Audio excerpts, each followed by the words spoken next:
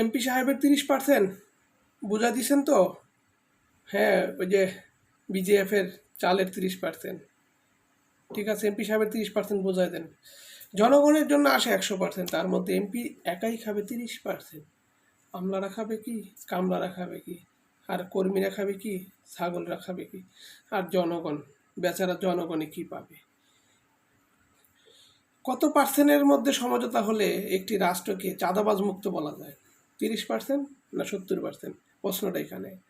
লালমনিরহাট কালীগঞ্জের এক এমপি, লালমনিরহাট 2-এর লক্ষণ সাহেব, তার প্রাপ্ত অধিকার আদায়ের নবকৌশলে ফোন দিয়ে বলা হচ্ছে এমপি সাহেবের 30% বুঝিয়ে দিচ্ছেন তো? তাহলে কি এমপিরা এই পার্সেন্ট খাওয়ার জন্য এমপি হয়েছে? এই ধরনের পার্সেন্ট খাওয়া এমপিদেরকে কি করা উচিত? জাতির বিবেকের কাছে প্রশ্ন। আর কত জাতি নিশ্চুপ থাকবে? নিজের অধিকার নিজে বুঝে পাবে না। নিজের অধিকার নিজে বুঝে পাওয়াটা অধিকার, বুঝে নেওয়াটা তার চেয়েও বেশি অধিকার। আমার অধিকার আমি বুঝে নিব, সেই জন্য আমাকে সব ধরনের রাইটস অ্যাক্টিভিটিস অ্যাপ্লাই করতে হবে, আমি করবো, কিন্তু আমার অধিকার বুঝে পেতে হবে। যদি বুঝে আজকে থেকে বুঝে নেওয়ার জন্য চেষ্টা না করি, আগামীতে পাবো না। আমরাও গোলামি করে যাব, আমাদের পরবর্তী প্রজন্ম গোলামি করে যাবে।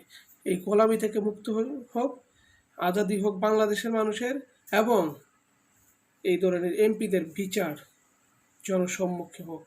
প্রতিটা এমপি, মন্ত্রী, আমলা যারা আছে তারা যেন জনবান্ধব হয়, জনগণের এমপি, মন্ত্রী, আমলা হয়, এটাই প্রত্যাশা করি। আসসালামু আলাইকুম। বাংলাদেশ মোরাল ডেমোক্রেটিক পার্টির পক্ষ থেকে আমি তীব্র প্রতিবাদ জানাচ্ছি। আপনারা দয়া করে যাদের ভালো লাগবে তারা সাপোর্ট করবেন, যাদের ভালো লাগবে না তারা আমাকে এড়িয়ে যাবেন। আসসালামু আলাইকুম ওয়া রাহমাতুল্লাহি ওয়া বারাকাতুহু। সবার জন্য মঙ্গল ও শুভেচ্ছা দোয়া কামনা করছি।